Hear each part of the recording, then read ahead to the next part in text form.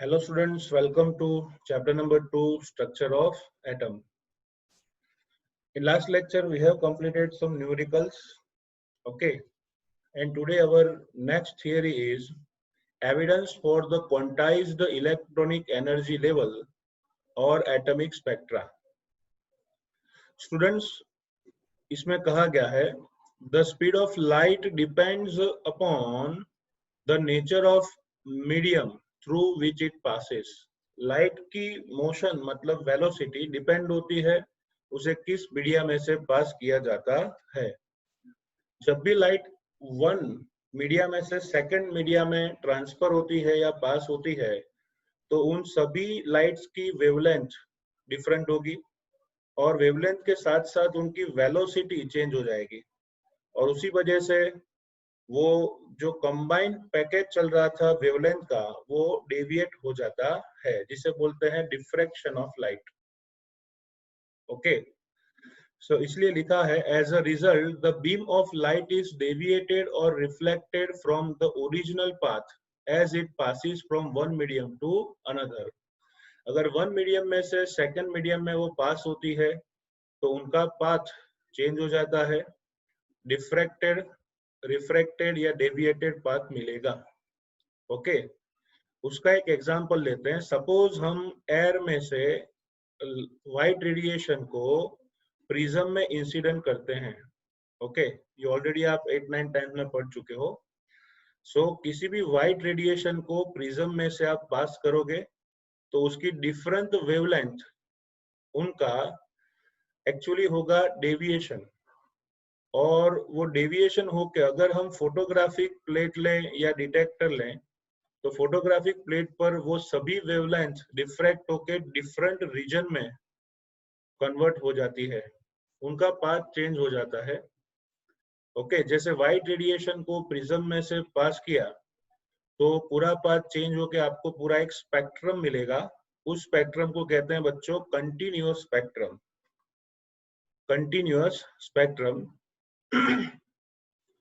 इस continuous spectrum में आपको बता दूं फ्रीक्वेंसी के हिसाब से 4 × 10⁻14 हर्ट्ज रेड कलर की फ्रीक्वेंसी, वहां से स्टार्ट करके वायोलेट की बात करें तो वहां पर होगा 7.5 × 10⁻14 हर्ट्ज। इस फ्रीक्वेंसी की रेंज में सभी रेडिएशन सेपरेट हो जाते हैं, बराबर। आपको लगेगा कि सर ये कंटिन्यूअस स्पेक्ट्रम क्यों नाम दिया है? आपको कह सकता हूं कि इनफाइनाइट वेवलेंथ के रेडिएशन इसके अंदर होते हैं। ऐसा नहीं कि 3 ही कलर मिले, जैसे आपको वायोलेट मिला, फिर विबग्योर के हिसाब के इंडिगो मिला, ब्लू मिला, ग्रीन मिला, येलो, ऑरेंज एंड रेड। तो इस विबग्योर में तो हमें सिर्फ कलर डिटेक्ट हुआ, लेकिन उसमें भी dark, very dark, light, very light, ऐसा करके कंटिन्यूअसली हर एक वैल्यू की वेवलेंथ मिलेगी। ओके, तो आपको मैंने सिर्फ बैंड शो किया है, लाइन शो की है, एक्चुअली वो बड़े बड़े बैंड्स होते हैं। ओके, और इसलिए उसको नाम दिया गया कंटिन्यूअस स्पेक्ट्रम। क्या नाम दिया गया? Continuous spectrum. Okay, so let us see, लिखा है यहाँ पे it is observed that when a ray of white light is passed through a prism, then one of which a longer wavelength, since ordinary white light consists of waves with all the wavelengths in the visible range, a ray of white light is spread out into the series of color bands are called spectrum. Okay, different color के spectrum में वो convert हो जाता है। The light of red color which has longest wavelength is deviated at least white the violet light. मतलब ये है कि जिसका वेवलेंथ कम है, बराबर, उसका डेविएशन ज्यादा हुआ। जैसे आपने इस रेडिएशन को देखा तो प्रिज्म की लाइन के हिसाब से सबसे कम डेविएशन रेड कलर में देखने को मिला, बराबर, और वायोलेट कलर का डेविएशन सबसे ज्यादा देखने को मिला। क्यों? एक एग्जांपल देता हूं। जैसे आप किसी क्रॉस रोड पे हो, ओके, वहां से आपको साइकिल को टर्न लेना है लेफ्ट साइड, तो सीधी बात है, बहुत इजीली आप टर्न ले सकते हो साइकिल से। फिर आपको टू व्हीलर व्हीकल से टर्न लेना है तो उससे भी इजीली ले सकते, वो थोड़ा टफ हो जाएगा। फिर आपको कार में टर्न लेना है तो आपको अगल बगल में देखना पड़ेगा, क्योंकि उसका 360 डिग्री राउंड बड़ा होता है। फिर ट्रक को टर्न लेना है तो उससे ज्यादा एक्यूरेसी रखनी पड़ती है। क्यों? क्योंकि साइकिल से टर्न लेना था तो वेवलेंथ कम थी, तो इजीली टर्न हो गया। कार में आपको 4 पहिए होते हैं और टायर भी ऐसे होते हैं, तो उसको ज्यादा टर्न लेना पड़ेगा। फिर ट्रक को लेना है तो उससे भी ज्यादा। तो सीधी बात है, डेविएशन किसका इजीली हो जाएगा? जिसका टायर छोटा होगा। टायर कैसा होगा? छोटा।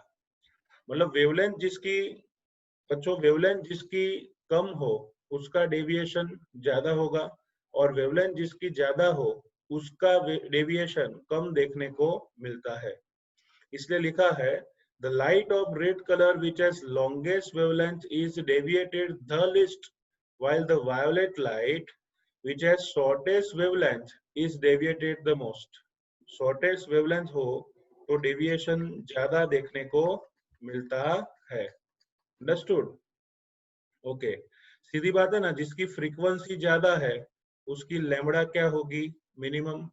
और जिसकी फ्रीक्वेंसी कम है उसकी वेवलेंथ कैसी होगी? मैक्सिमम। वेवलेंथ ज्यादा, ओके, तो फिर डेविएशन कम मिला। वेवलेंथ कम था तो डेविएशन कैसा मिला? ज्यादा।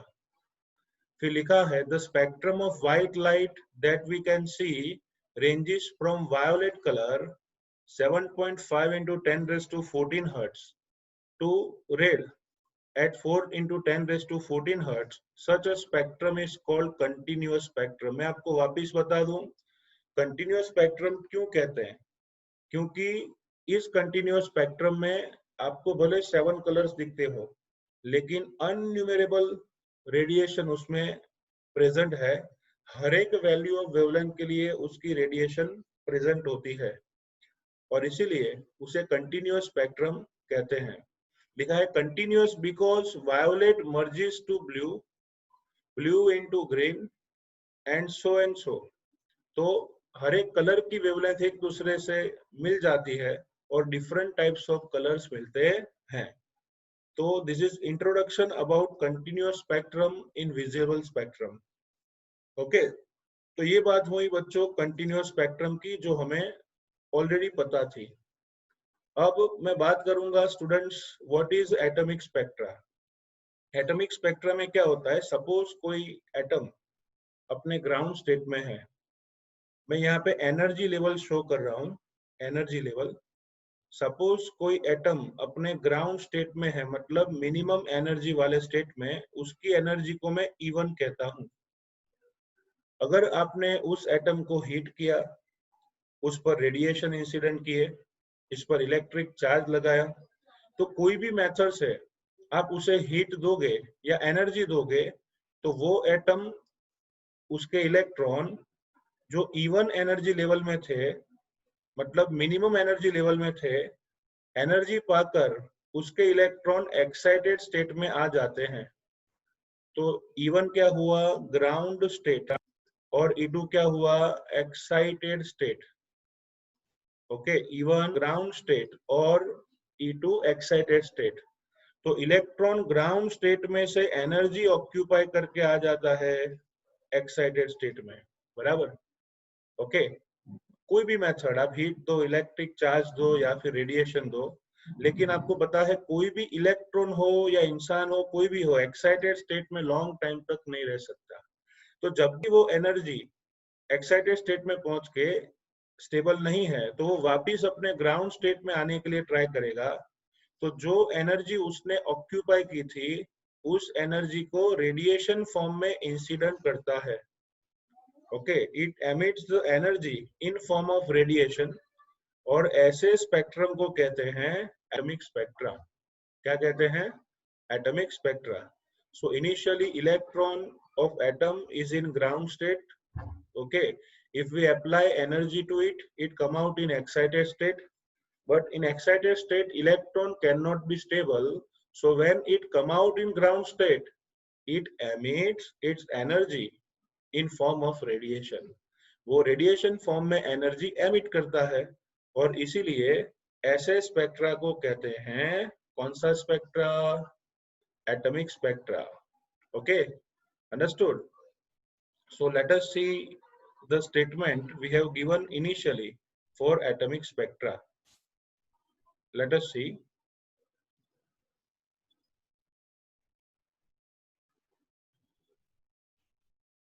Okay. See here. A similar spectrum is produced when a rainbow forms in the sky. Remember that visible light is just a small portion of the electromagnetic radiation. आपको पता है जो visible spectrum है वो एक इलेक्ट्रोमैग्नेटिक रेडिएशन का छोटा सा पार्ट है जो आप ऑब्जर्व कर सकते हो। When यहाँ से स्टार्ट होगा, when electromagnetic radiation interacts with matter, okay, atoms and the molecules may absorb energy and reach to the higher energy state. वो हायर एनर्जी स्टेट में पहुंच जाते हैं। Okay, they reach to the higher energy state. With higher energy this are in unstable state, वो ज्यादा stable नहीं होते हैं। Okay, for returning to the normal state, वो जब अपने ओरिजिनल फॉर्म में वापिस आते हैं जो मोर स्टेबल है, लोअर एनर्जी वाला है, energy state, the atoms and molecule emit radiations in various regions. Okay, वो रेडिएशन एमिट करते हैं जो वेरियस रीजन्स में होते हैं of electromagnetic spectrum. Electromagnetic spectrum उसके डिफरेंट वेरियस रीजन्स में वो एमिट करता है। ओके, तो हम पढ़ेंगे बच्चों atomic spectra which is differ than continuous spectra। ये नॉर्मल फिनोमिना है लाइट की, लेकिन इस रेडिएशन को अगर हम मैटर के साथ इंटरेक्ट करें तो दो टाइप के एटॉमिक स्पेक्ट्रा मिलते हैं। First is emission spectra and second is absorption spectra. Emission spectra and absorption spectra. So let us see emission spectra, absorption spectra. Okay,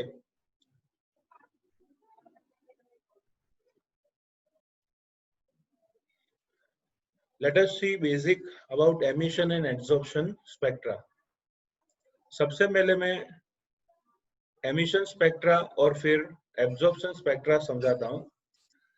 दोनों में डिफरेंस क्या है ध्यान से देखिएगा। सपोज हमने यहाँ पे इलेक्ट्रिक चार्ज ले लिया। ओके, जैसे इलेक्ट्रिक फील्ड है positive and negative. Electric field है positive and negative. So let us see, you can see here excited sample, मतलब मैंने एक बल्ब लिया या फिर कोई ट्यूब ले ली, जिस ट्यूब में मैंने पॉजिटिव टर्मिनल और नेगेटिव टर्मिनल इलेक्ट्रिक फील्ड उस पे अप्लाई किया। इन अ बल्ब और इन अ ट्यूब, जिसको इलेक्ट्रिक डिस्चार्ज ट्यूब भी कह सकते हैं, उसमें मैंने क्या किया? सैंपल ऑफ द गैस लिया है। ओके, क्या लिया है? Sample of the gas. Sample of the gas लेके मैंने हीट किया उसको या इलेक्ट्रिक फील्ड दिया, कुछ भी करके एनर्जी दी। तो बच्चों मैंने बताया वैसे शुरुआत में ग्राउंड स्टेट होता है, फिर एक्साइटेड स्टेट होगा। ग्राउंड स्टेट को E1 कहेंगे, एक्साइटेड स्टेट को E2 कहेंगे। तो होगा क्या? तो स्टूडेंट्स E1 जो है ग्राउंड स्टेट, उसमें से एनर्जी ऑक्यूपाई करके इलेक्ट्रॉन कहाँ जाएंगे? एक्साइटेड स्टेट में। और वापिस जब ग्राउंड स्टेट में आते हैं so it removes energy in form of radiation. तो सपोज कोई गैस सैंपल लेके उसको इलेक्ट्रिक फील्ड से या हीटिंग से या रेडिएशन से हमने उसको एनर्जी दी। क्या दिया? एनर्जी। हम जैसे ही उसको एनर्जी देते हैं तो वो ग्राउंड स्टेट एक्साइटेड स्टेट में जाएगा, वापिस ग्राउंड स्टेट में आएगा, सो इट एमिट्स रेडिएशन। वो क्या एमिट करेगा? रेडिएशन। ओके, रेडिएशन जैसे ही हमने एमिट की उसको स्लिट में से पास कीजिए। ये है ना, ये पूरी मेटल, लेड मेटल की प्लेट होती है, पीबी प्लेट। उसका एक ही काम है कि बीच में होल होने की वजह से वो रेडिएशन को बीम में कन्वर्ट करता है। ये रेडिएशन सभी जगह पर ऐसे बाहर निकलेगी ना, सभी जगह पर निकलेगी, लेकिन ये लेड प्लेट का काम क्या है, पीवी प्लेट का, कि वो बीम बनाकर रेडिएशन को आगे भेजता है। तो यहाँ होल रखा है, उसमें से beam of light, excited state की एमिटेड लाइट का बीम बनेगा। फिर अगर मैं उसको प्रिज्म में से पास करूं, प्रिज्म में से, और फिर मैं फिल्म मतलब फोटोग्राफिक प्लेट या फिर डिटेक्टर से ऑब्जर्व करूं, तो मुझे इंक्रीजिंग वेवलेंथ के ऑर्डर में ऐसी एक स्पेसिफिक स्पेक्ट्रा मिलेगी। इंक्रीजिंग वेवलेंथ के ऑर्डर में मुझे स्पेसिफिक स्पेक्ट्रा मिलेगी, बराबर। क्या मिलेगी? Specific spectra. इसे एमिशन स्पेक्ट्रा कहते हैं। क्या कहते हैं? Emission spectra. जैसे आपको दिख रहा है, ब्लू कलर अच्छा खासा दिया है, ग्रीन कलर की लाइंस दी है, येलो कलर है, ऑरेंज भी है, रेड भी है, तो कुछ कुछ लाइंस यहाँ पे मिलेगी। और ये जो लाइंस है ना बच्चों, उसे बोलते हैं एटॉमिक स्पेक्ट्रा और line spectra. Okay, atomic spectra और लाइन स्पेक्ट्रा। तो फिर से कोई सैंपल गैस को आप एक्साइटेड स्टेट में लाओ, एनर्जी देके, वो रेडिएशन एमिट करेगा, उसको लेड प्लेट से आप पूरा डायरेक्शन में बीम बनाओ, बीम बना के प्रिज्म पे अप्लाई करो, तो आपको कुछ स्पेक्ट्रल लाइंस मिलेगी, स्पेक्ट्रल लाइंस मिलेगी, उसे लाइन स्पेक्ट्रा कहते हैं। और ये जो लाइन स्पेक्ट्रा है वो कैरेक्टरिस्टिक है। मैंने हाइड्रोजन भरा तो उसकी लाइन स्पेक्ट्रा डिफरेंट होगी, हीलियम भरा वैसे लाइन स्पेक्ट्रा डिफरेंट होगी, आर्गोन भरा लाइन स्पेक्ट्रा डिफरेंट होगी, सोडियम भरा लाइन स्पेक्ट्रा डिफरेंट होगी। जैसे हर एक इंसान की फिंगरप्रिंट डिफरेंट होती है और फिंगरप्रिंट से इंसान को डिटेक्ट किया जाता है, वैसे ही रिमेंबर, वैसे ही हर एक एलिमेंट की कैरेक्टरिस्टिक लाइन स्पेक्ट्रा होती है। हर एक एलिमेंट की कैरेक्टरिस्टिक लाइन स्पेक्ट्रा होती है। अंडरस्टूड? ओके। ऐसा नहीं है कि उसने पूरा का पूरा कंटिन्यूअस स्पेक्ट्रम एमिट किया है, ऐसा नहीं है। उसके पास जो है वो आपको देगा, उसे कहेंगे हम एमिशन स्पेक्ट्रा। ओके, चलो ये हुआ एमिशन स्पेक्ट्रा। अब हम बात करेंगे एब्जॉर्प्शन स्पेक्ट्रा। एब्जॉर्प्शन स्पेक्ट्रा किसे कहते हैं? White light source. बच्चों, व्हाइट लाइट सोर्स, अगर मैं व्हाइट लाइट के सोर्स को एब्जॉर्बिंग सैंपल में रखूं, व्हाइट लाइट सोर्स को एब्जॉर्बिंग सैंपल में रखूं, हम ये सब एक्सपेरिमेंट विजिबल स्पेक्ट्रम में करते हैं, क्योंकि हम उसे तो देख सकते हैं, न तो हम गामा रेज को देख सकते हैं, न तो हम रेडियो वेव्स को देख सकते हैं, इसलिए ये एक्सपेरिमेंट व्हाइट रेडिएशन से किया जाता है। तो सोचिए सोचिए सोचिए, क्या सोचेंगे? सपोज व्हाइट लाइट का सोर्स आपने इंसिडेंट किया है एब्जॉर्बिंग सैंपल पर। यहाँ पे आपको है ना एक ऐसे लिखा है एब्जॉर्बिंग सैंपल, एक्चुअली ये प्रेजेंट गलत से किया है, फिर भी आपको यही प्रेजेंट करना है। एक्चुअली एब्जॉर्बिंग सैंपल किसे कहते हैं? एक ग्लास का बॉक्स होता है, ओके, उसमें कूल्ड गैस होता है। कैसा गैस होता है? Cooled gas. ग्लास का बॉक्स है जिसमें ठंडा किया हुआ गैस हो, वो रखा जाता है, जिसको इन्होंने शॉर्ट में लिपटा दिया है, ये बिलोरी कांच की तरह, बराबर। एक्चुअली ऐसा नहीं होता है, यहाँ पे कूल्ड गैस है, बराबर। तो कोई बात नहीं, कहीं पे आपको कूल्ड गैस दिखे तो चिंता मत करना, हमें तो सिर्फ बताना है कि ऐसे एब्जॉर्बिंग सैंपल को यहाँ रखा जाता है, कूल्ड गैस, ठंडा गैस। ओके, तो व्हाइट लाइट के पास तो बच्चों कंटिन्यूअस स्पेक्ट्रम है। कैसा स्पेक्ट्रम है? कंटिन्यूअस। आगे हमने पढ़ा वैसे, अगर उसे इंसिडेंट करेंगे और फिर वापस बची हुई लाइट को लेड की प्लेट में से बीम बना के प्रिज्म पे इंसिडेंट किया जाए और फिर फोटोग्राफिक प्लेट, फिल्म या डिटेक्टर से उसे डिटेक्ट करें, तो दूसरा एक स्पेक्ट्रा मिलता है जिसे कहेंगे एब्जॉर्प्शन स्पेक्ट्रा। कैसा स्पेक्ट्रा? Absorption spectra. अंडरस्टूड? तो ये जो स्पेक्ट्रा है उसे हम एब्जॉर्प्शन स्पेक्ट्रा कहेंगे, क्योंकि हमने तो पूरा का पूरा विजिबल स्पेक्ट्रम दिया था, लेकिन उसको जो पसंद आया वो उसने अपने पास रखा, बाकी सब रेडिएशन एमिट करके उसने दिया, इसलिए कहते हैं एब्जॉर्प्शन स्पेक्ट्रा। अंडरस्टूड। और आप ध्यान से देखोगे दोनों स्पेक्ट्रा को तो पता चलेगा कि एमिशन स्पेक्ट्रा में डिफरेंट स्पेक्ट्रल लाइन है, बैंड नहीं है, डिफरेंट स्पेक्ट्रल लाइंस हैं। अंडरस्टूड। लेकिन अगर मैं एब्जॉर्प्शन स्पेक्ट्रा लिखूं तो ये कंटिन्यूअस स्पेक्ट्रा नहीं है, लेकिन इसमें कुछ कुछ स्पेक्ट्रल लाइंस गायब है, कुछ कुछ स्पेक्ट्रल लाइंस गायब है। अंडरस्टूड। जैसे ये एमिशन स्पेक्ट्रा में आपको पूरा ब्लू कलर दिख रहा है, मतलब उसके पास ब्लू कलर था तो उसने एमिट किया। यहाँ पे पूरा ब्लू कलर नहीं है, क्यों? क्योंकि व्हाइट लाइट में से उस सैंपल ने आपका ब्लू कलर एब्जॉर्ब कर लिया, तो यहाँ ब्लैंक आया। यहाँ पे देखिए आप, ग्रीन कलर जो था उसकी लाइंस उसने एमिट की थी, यहाँ ग्रीन कलर की लाइन पे कुछ नहीं है, ब्लैक लाइंस आएगी, ब्लैंक लाइंस आएगी। फिर येलो कलर में जो जो वेवलेंथ उसने एमिट की थी वही वेवलेंथ उसने एब्जॉर्ब की है। रेड कलर में जो वेवलेंथ उसने एमिट की थी, रेड कलर में वो वेवलेंथ उसने एब्जॉर्ब की है। मतलब उसके पास जो एब्जॉर्ब करता है वही एमिट करता है। समझ में आया? तो ये दोनों एक दूसरे की फोटोग्राफिक इमेज है, मतलब जो यहाँ पे है वो यहाँ नहीं, जो यहाँ नहीं वो वहां पे है। Understood. So this is called emission spectra. मैं एक एग्जांपल देता हूँ, जैसे आपको बताया जाए जैसे मैं मेरा ही एग्जांपल लेता हूँ कि सपोज कोई बुक फेयर, बराबर, सपोज कोई बुक फेयर है और सभी बुक सभी को फ्री में मिलती है, बराबर। मैं वहां पे गया तो स्वाभाविक है कि मैं अपने सब्जेक्ट में इंटरेस्टेड हूँ, तो मेरे पास physics, maths, biology, zoology, botany, ये वो सारी सोशल साइंस और ये सब कितनी भी सारी बुक्स हो, मुझे इंटरेस्ट कहाँ आएगा? केमिस्ट्री में। तो मैं केमिस्ट्री की बुक लेता हूँ, मतलब आई हैव एब्जॉर्ब केमिस्ट्री। ठीक है, ओके। तो ये हुआ एब्जॉर्प्शन स्पेक्ट्रा। और दूसरी बात, अगर मैंने बुक अच्छी तरह से पढ़ ली और किसी भी स्टूडेंट को डिफिकल्टी है, तो फिजिक्स की डिफिकल्टी लेके मेरे पास नहीं आएगा। वो क्या पूछेगा कि सर केमिस्ट्री में ये डाउट है। तो कहने का मतलब है I will explain chemistry only, क्योंकि that is emission spectra.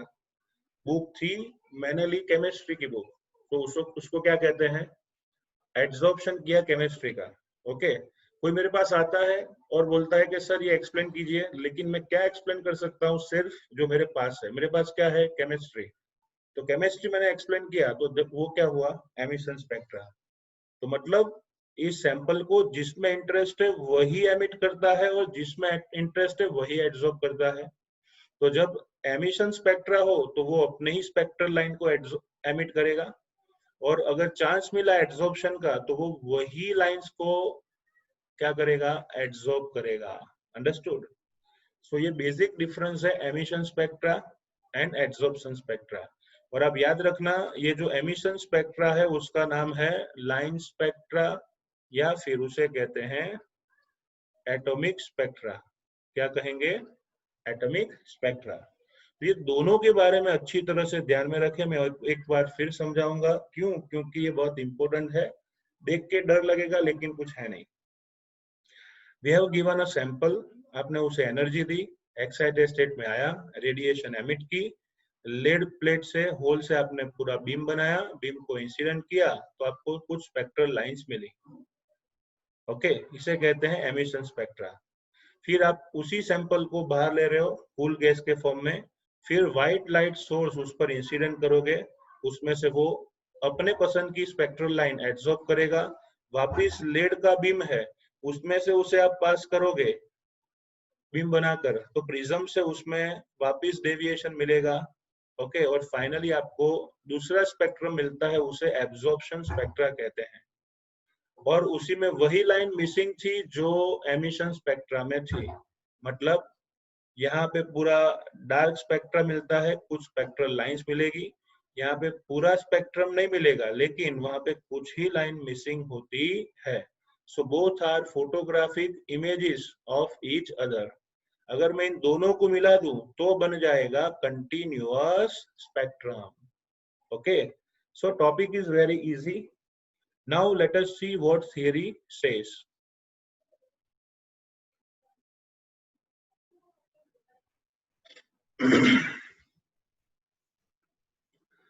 So here emission and absorption spectra topic is given. लिखा है the spectrum of radiation emitted by a substance that has absorbed energy is called emission spectrum. Okay, the spectrum of radiation emitted by a substance that has absorbed energy is called an emission spectrum. Atoms, molecule or ions that have absorbed radiation are said to be excited. Okay. Atoms, molecules और ions जो होते हैं उनके absorbed radiations जो होते हैं said to be excited. Okay. To produce an emission spectrum, energy is supplied to a sample by heating it or irradiating it, and the wavelength or frequency of the radiation emitted. Okay, उसको energy दोगे तो उसमें से radiation emit होगी.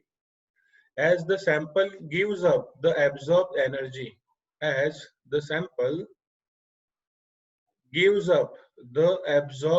energy, is recorded. बराबर.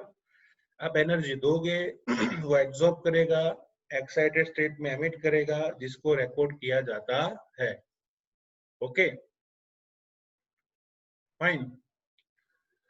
Now an absorption spectrum is like the photographic negative of an emission spectra. हमने emission spectrum की बात की, अब एब्जॉर्प्शन की बात करते हैं. An absorption spectrum is like the photographic negative of an emission spectrum. Photographic negative of an emission spectrum. कैसे? Let us see. A continuum of radiation is passed through a sample which absorbs radiation of certain wavelength. जैसे हमें पता है कि हम सिर्फ visible spectrum को देख सकते हैं, तो कंटिन्यूम्स ऑफ रेडिएशन मतलब व्हाइट रेडिएशन अगर आप पास करोगे, so it absorbs radiation of certain wavelength.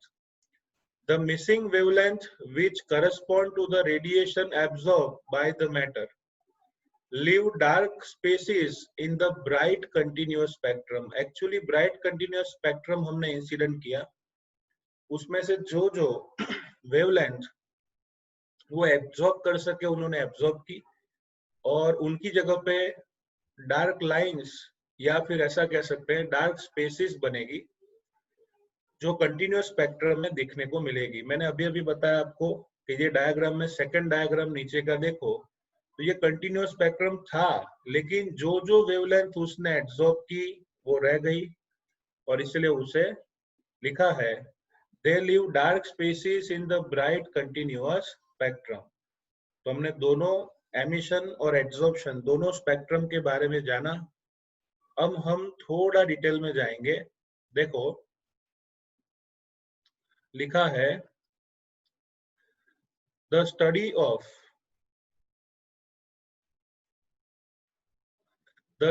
of emission or absorption. The study of emission or absorption spectra is referred as a spectroscopy. Emission और absorption spectra उसका study उसे spectroscopy कहते हैं. The spectrum of the visible light, as discussed above, was continuous as all wavelengths of the visible light are represented in the spectra. मैंने यहाँ पे specifically draw किया था कि अगर मैं विपग्योर का एनालिसिस करूं तो मुझे कंटिन्यूअस स्पेक्ट्रा मिलेगा. जब भी आप डिफ्रैक्शन करते हो प्रिज्म से सीधा लाइट का, तो वहां पे आपको क्या मिलेगा? Continuous spectra with all wavelength. The emission spectra of atom in the gas phase on the other hand do not show a continuous spread of wavelength from red to violet. वो continuous spectrum नहीं देगा. Rather, they emit only at specific wavelength rather they emit light only at a specific wavelength with dark spaces between them. आप उस spectra को देख चुके हो, फिर से दिखा दूं कि आपको डार्क फेजेस में कुछ ही वेवलेंथ के स्पेक्ट्रल लाइंस देखने को मिलेंगे जो स्पेक्ट्रल लाइन वो एटम एमिट करता है. Okay, such spectra are called line spectra और एटॉमिक स्पेक्ट्रा. ऐसे स्पेक्ट्रा को कहेंगे लाइन स्पेक्ट्रा और atomic spectra because the emitted radiation is identified by the appearance of bright lines in the spectra. Emitted radiation is identified by the appearance of bright lines in the spectra. Understood? Okay. तो ये emission spectra की बात की है जो ज्यादा important है. फिर लिखा है उसका importance.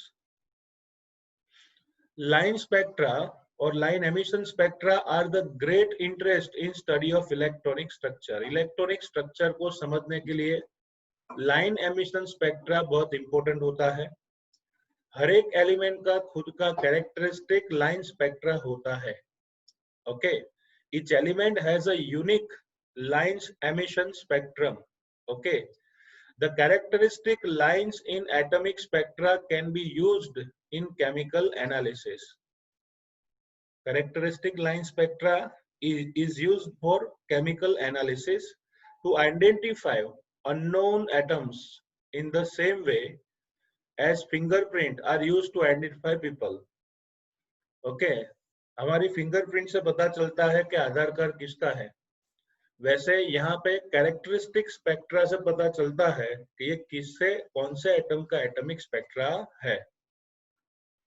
The exact matching of lines of the emission spectrum of the atom of a known element with the lines from the unknown sample quickly establishes the identity of the latter. कहने का मतलब है कि अगर आपको पता है hydrogen का एमिशन स्पेक्ट्रा क्या है, उसकी कैरेक्टरिस्टिक क्या है, कौन सी लाइन है, तो किसी और जगह पे अगर आपको हाइड्रोजन एटम है तो उसके एमिशन स्पेक्ट्रा से पता चल जाएगा. समझ में नहीं आ रहा ना? 2 मिनट रुको. आप क्या बोलते हो कि सन में हाइड्रोजन और हीलियम ही है. जो सन से हमें इतनी सारी एनर्जी और रेडिएशन मिलता है उसके लिए आप क्या बोलते हो कि सर वहां पे हीलियम और हाइड्रोजन ही है. तो यहाँ पे बैठे बैठे साइंटिस्ट को कैसे पता चला कि वहां पे हाइड्रोजन हीलियम है? उसका रीजन एक ही है कि यहाँ हाइड्रोजन का एटॉमिक स्पेक्ट्रा आता है और सन से जो एनर्जी आती है लाइट फॉर्म में उसका स्पेक्ट्रम मैच होता है. दोनों की बात है, हाइड्रोजन हो या हीलियम हो, दोनों का जो एटॉमिक स्पेक्ट्रा इंडिविजुअली यहाँ पे स्टडी करें वही स्पेक्ट्रा आपको सनलाइट में से भी मिलेगा. इसका मतलब ये हुआ कि वही हाइड्रोजन हीलियम वहां पे होने चाहिए और न्यूक्लियर रिएक्शन से वो हीट और लाइट प्रोड्यूस करते हैं. Okay, German chemist Robert बुनसेन was one of the first investigator to use line spectra to identify element. ये पहला साइंटिस्ट था जिसका नाम है रॉबर्ट बुनसेन.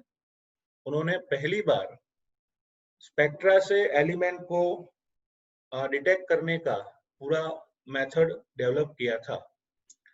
लिखा है elements like rubidium, caesium, thallium, indium, gallium and scandium. Okay, elements like rubidium, cesium, thallium, indium, gallium and scandium, इन सभी elements के बारे में they were discovered when their minerals were analyzed by spectroscopic method. ये सभी elements को उनकी ओर में से, मिनरल्स में से स्पेक्ट्रोस्कोपी से डिटेक्ट किया गया था. कौन कौन से एलिमेंट्स हैं? Rubidium, caesium, thallium, indium, gallium, scandium. Okay, so इन सभी एलिमेंट्स को स्पेक्ट्रोस्कोपी से टैग किया गया था. फिर से कौन सा? Rubidium, caesium, thallium, indium, gallium and scandium. Okay, so last में लिखा है The element helium was discovered in the sun by spectroscopic method. Helium को भी स्पेक्ट्रोस्कोपिक मेथड से डिसाइड किया गया था कि वो सन में प्रेजेंट होता है. ओके, तो यहाँ पे आपको इम्पोर्टेंस ऑफ एमिशन स्पेक्ट्रा दिया है और उसका यूज दिया है. You can see here. बाकी तो डायग्राम में आपको जो एक्सप्लेनेशन दिया है उसी के बारे में आपको लिखना है. Okay. Now students, our next topic is line spectra of hydrogen. Okay, hydrogen का लाइन स्पेक्ट्रा एक्सप्लेन कीजिए. ये लाइन स्पेक्ट्रा एक्सप्लेन करने के लिए मैं यहाँ पे कुछ एक्सपेरिमेंटल अरेंजमेंट ड्रॉ कर रहा हूँ, वो आपको सोचनी है. ठीक है. So let us see line spectra of hydrogen. जगह भी अच्छी है, मौका भी अच्छा है, ड्रॉ कर लेते हैं.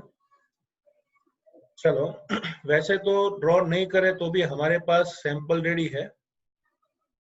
देखिए, एक्साइटेड सैंपल. एक काम करेंगे, चलो ना मैं ड्रॉ करूंगा तो आपको ज्यादा समझ में आ पाएगा. Suppose we are taking electric discharge tube.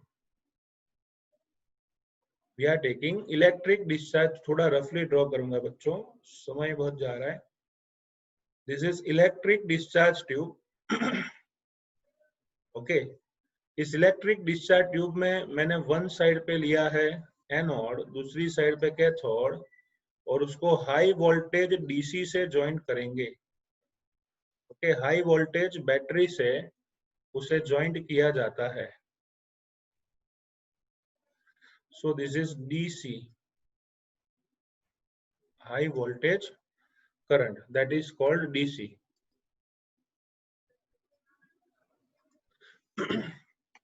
Direct current.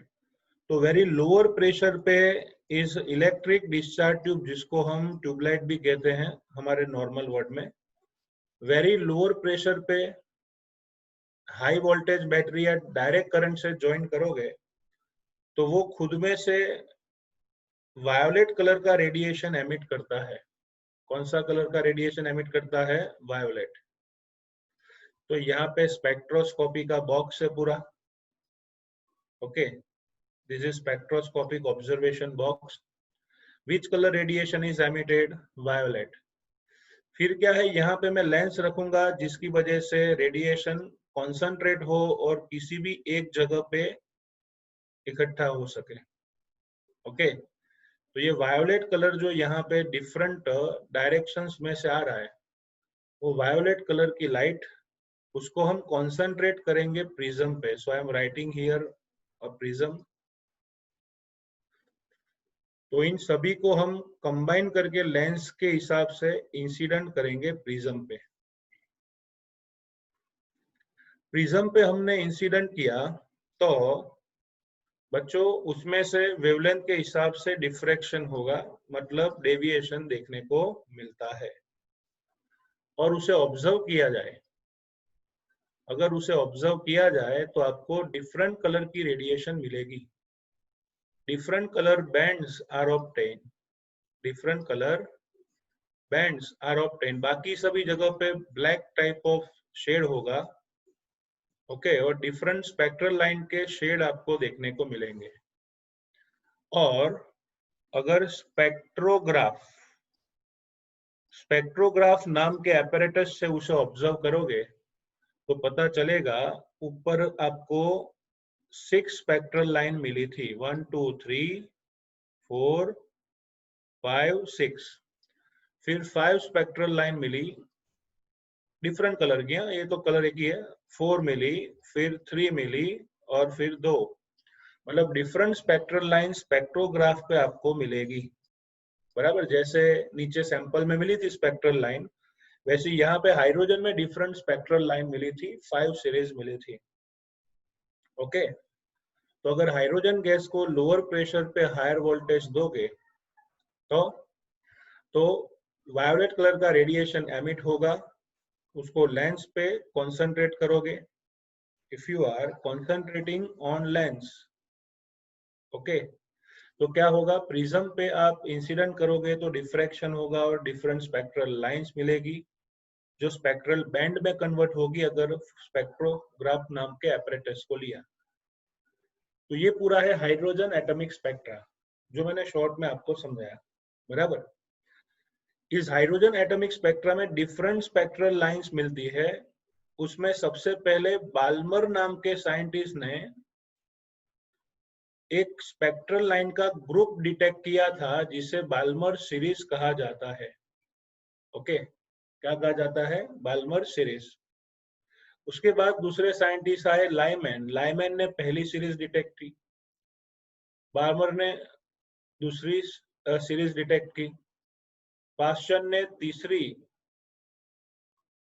Series detect की, फिर ब्रैकेट नाम के साइंटिस्ट ने fourth, end fund, P silent है, फंड नाम के साइंटिस्ट ने पांचवी सीरीज डिटेक्ट की। तो हाइड्रोजन एटॉमिक स्पेक्ट्रा को स्टडी करते करते पहली बार बाल्मर नाम के साइंटिस्ट ने एक सीरीज डिटेक्ट की जिसको बाल्मर सीरीज कहते हैं, और इस सीरीज की रिलेटेड वेवलेंथ, उसकी फ्रीक्वेंसी, उसके वेव नंबर, उनका स्टडी किया। तो बाल्मर साइंटिस्ट ने बताया कि सेकंड ग्रुप ऑफ स्पेक्ट्रम है, उसके लिए वेव नंबर मतलब लैम्बडा इनवर्स, उनका भी उन्होंने फॉर्मूला दिया। कौन सा फॉर्मूला दिया, उन्होंने बताया 1/2² माइनस 1/n² इतना आएगा, 1/λ यूनिट क्या होगा, मिनट इनवर्स।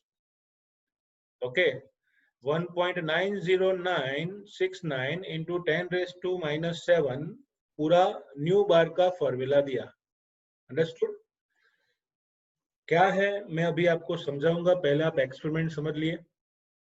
ओके, एक्सपेरिमेंट में सबसे पहले किसने सीरीज डिसाइड की, बाल्मर ने, फिर लाइमैन ने, फिर पास्चन, ब्रैकेट एंड फंड। तो इन सभी सीरीज को इनके फाउंडर के नाम से लिखा जाता है। लाइमैन ने जो सीरीज ढूंढी, लाइमन सीरीज, फिर बाल्मर सीरीज, फिर पास, ब्रैकेट एंड फंड। तो शॉर्ट में याद रखेंगे लाई बापा ब्रेकफास्ट, या फिर लाई बापा ब्रेक फंड। क्या कहेंगे, लाई बापा ब्रेक फंड। तो बच्चों मैं इसे इरेज कर रहा हूं क्योंकि हमें थियरी में कॉन्सेंट्रेट करना है। तो शुरू करते हैं, atomic spectra of hydrogen. Okay, चलो, line spectrum of hydrogen. When an electric discharge is passed through gaseous hydrogen, the hydrogen molecule dissociate and the energetically excited hydrogen atom produced. बराबर, hydrogen मतलब आप समझ सकते हो कि हाइड्रोजन गैस को आपने भरा था, किसे भरा था, हाइड्रोजन गैस को। तो हाइड्रोजन गैस को आप एनर्जी दोगे तो सबसे पहले इलेक्ट्रॉन अपने अपने लेके सेपरेट होंगे हाइड्रोजन एटम। तो हाइड्रोजन बॉन्ड ब्रेक होके उसमें से हाई एनर्जी के हाइड्रोजन एटम्स प्रोड्यूस होते हैं। ओके, इसलिए लिखा है the energetically excited hydrogen atoms produced which emits electromagnetic radiation of discrete frequencies, कुछ ही फ्रीक्वेंसी के रेडिएशन एमिट करते हैं। The hydrogen spectrum consists of several series of lines named after their discoverers. Hydrogen spectrum को analyse किया गया तो different spectral series मिली। Okay, और named after that discovers, उनके डिस्कवर्स के नाम पर से उनका नाम रखा गया। लिखा है बाल्मर शोड 1885, उसमें उसने बताया the basis of experimental observation that, उन्होंने बताया ऑब्जर्वेशन से कि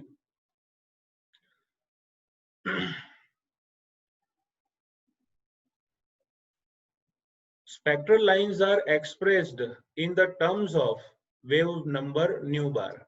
डिफरेंट स्पेक्ट्रल लाइंस को वेव नंबर न्यू बार के फॉर्म में हम शो कर सकते हैं।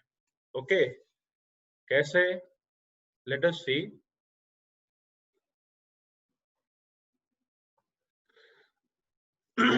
Then the visible lines of the hydrogen spectrum obey the following formula. उन्होंने जो सीरीज ली थी वो इस फॉर्मूला को फॉलो करते थे, न्यू बार मतलब 1 by lambda is equal to 109677 into 1/2 square minus 1/n square, unit है centimetre inverse. Okay, 109677 1/2 square minus 1/n square centimeter inverse, where n is an integer equal to or greater than 3। मतलब ये दूसरा n जो है वो 2 से ज्यादा होगा, मतलब 3 होगा, 4 होगा, 5 होगा, 6 होगा, बराबर। ओके, तो ये हुआ बच्चों बाल्मर सीरीज का एजम्पशन साइंटिस्ट ने दिया था। Okay, so this series of lines described by this formula called Balmer series, उसे Balmer series कहा जाता है। Okay, the Balmer series of lines are only the lines in the hydrogen spectrum which appear in the visible region of electromagnetic spectrum। बराबर, Balmer series जो है वो visible spectrum में ही थी इलेक्ट्रोमैग्नेटिक रेडिएशन के। ओके, फिर मैं आपको बताऊं तो डिफरेंट साइंटिस्ट ने ऐसी स्पेक्ट्रल लाइंस बनाई थी। कैसे? लेट अस सी।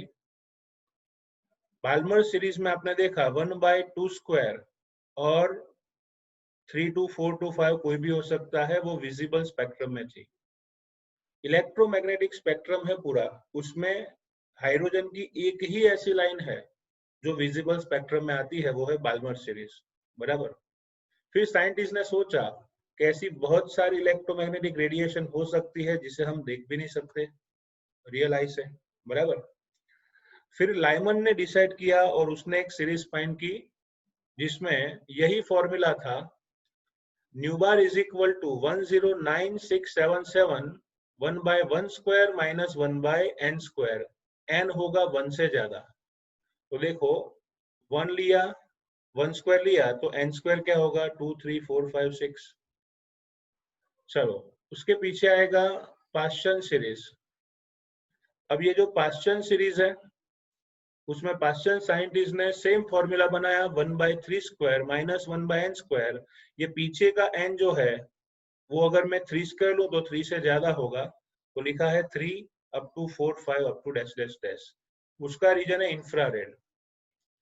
फिर ब्रैकेट साइंटिस्ट उसने वही फॉर्मूला दिया 4 स्क्वायर और पीछे आएगा बच्चों 5 6 7 8 9, वो भी इंफ्रारेड रीजन में।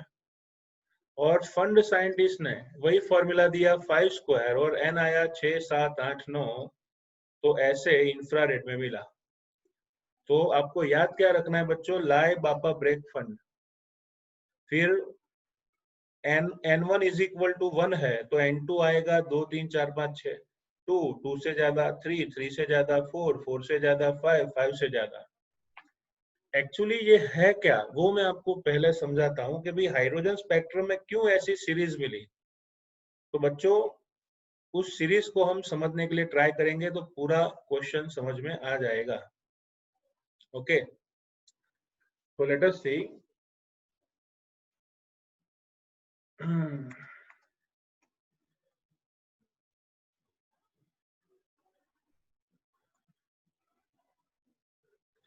तो आपको दिख रहा होगा स्क्रीन पे विजिबल स्पेक्ट्रम और पूरा हाइड्रोजन स्पेक्ट्रम। अब देखो बाल्मर सीरीज से मैं शुरुआत करता हूं। चलो बाल्मर सीरीज में आप देख सकते हो ये बाल्मर सीरीज की लाइंस हैं जो विजिबल स्पेक्ट्रम में आती है, बराबर। ये सीरीज कैसे बनी, तो मैंने आपको समझाया कि पहले ग्राउंड स्टेट में इलेक्ट्रॉन होता है, एनर्जी लेके एक्साइटेड स्टेट में जाता है, जाएगा तो प्रॉब्लम नहीं, आएगा तो रेडिएशन एमिट करेगा। तो बाल्मर ने वो सीरीज फाइंड की जिसमें इलेक्ट्रॉन सेकंड ऑर्बिट में था, एन को बोलते हैं ऑर्बिट नंबर। तो बाल्मर सीरीज कहाँ मिली, जहां पे ग्राउंड स्टेट सेकंड ऑर्बिट था।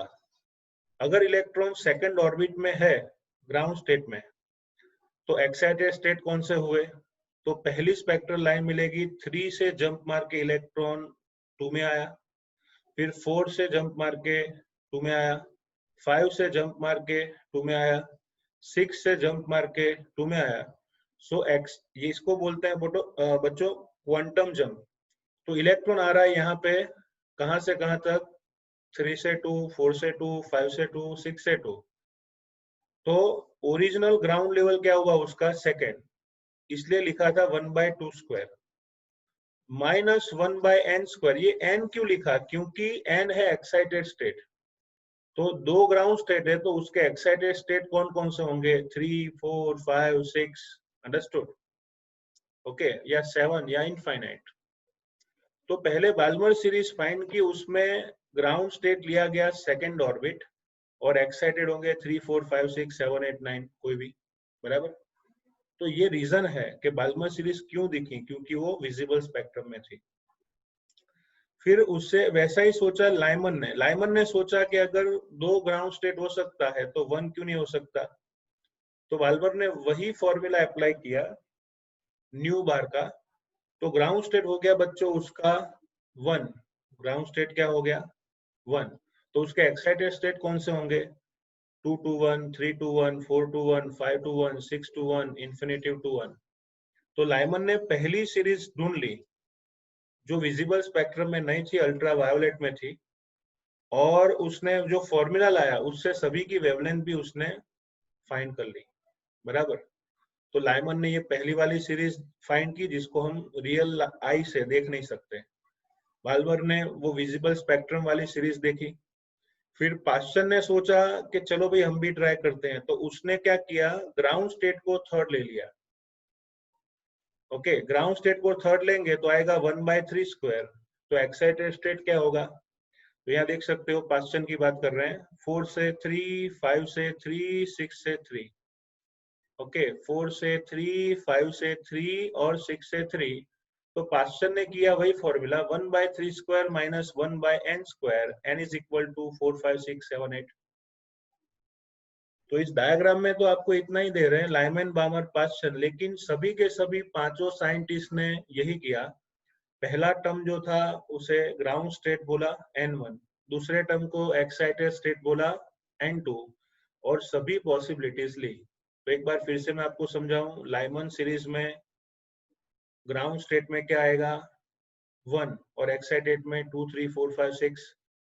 फिर पास्चन सीरीज, बामर सीरीज में ग्राउंड स्टेट में 2, एक्साइटेड स्टेट में 3, 4, 5, 6। पास्चन में ग्राउंड स्टेट 3, एक्साइटेड स्टेट आएगा 4, 5, 6, 7। फिर ब्रैकेट में ग्राउंड स्टेट 4, एक्साइटेड स्टेट आएगा 5, 6, 7, 8। समझ रहे हो ना, एक्साइटेड स्टेट क्या होगा 5, 6, 7, 8।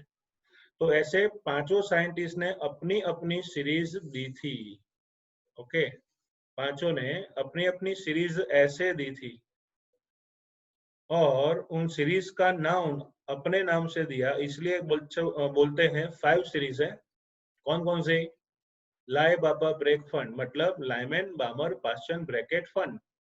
n is equal to 1, 2, 3, 4, 5।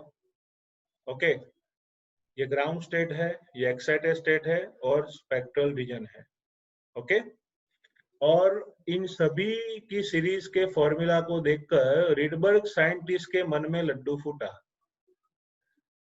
लिखा है the value of 109677 centimetre inverse is called Rydberg constant. उसे क्या कहा गया, रिडबर्ग कांस्टेंट। क्यों, क्योंकि इन सभी की स्पेक्ट्रल लाइंस के फॉर्मूलास रिडबर्ग ने स्टडी किए, और उन सभी को इकट्ठा करके उन्होंने एक कॉमन फॉर्मूला दे दिया, nu bar is equal to 109677 1/n1² - 1/n2² centimeter inverse. What is the formula? Nu bar is equal to 109677 109677 1/ni² or n1² - 1/n2², where n1 is equal to 1, 2, 3, 4, 5 कोई भी ले सकते हो। यहाँ पे n है ना, नंबर ऑफ ऑर्बिट है एटम्स के आसपास, और n2 क्या होगा, तो n1 + 1, n1 + 2, n1 + 3, n1 + 4। अगर ग्राउंड स्टेट 1 है तो एक्साइटेड 2, 3, 4, 5, 6, ऐसे कॉमन फॉर्मूला दे दिया। और यहाँ पे जो कांस्टेंट है उसे क्या नाम दिया, रेडबर्ग्स constant for hydrogen. The first 5 series of lines that correspond N1, N2, 3, 4, 5 are known as Lyman-Balmer-Paschen bracket fund. Okay, उस सीरीज को आपने टेबल में भी देखा, उस सीरीज को आपको स्पेक्ट्रम में भी देखने को मिला। तो ये होता है बच्चों हाइड्रोजन्स एटॉमिक स्पेक्ट्रम। ओके, क्या है हाइड्रोजन्स एटॉमिक स्पेक्ट्रम। ये डायग्राम तक आपको अच्छी तरह से तैयार करना है। इसी को रिवाइज करके हम नेक्स्ट लेक्चर में आगे बढ़ेंगे। और इस संडे आपका और एक एक्स्ट्रा लेक्चर होगा, आप ध्यान में रखना। ओके।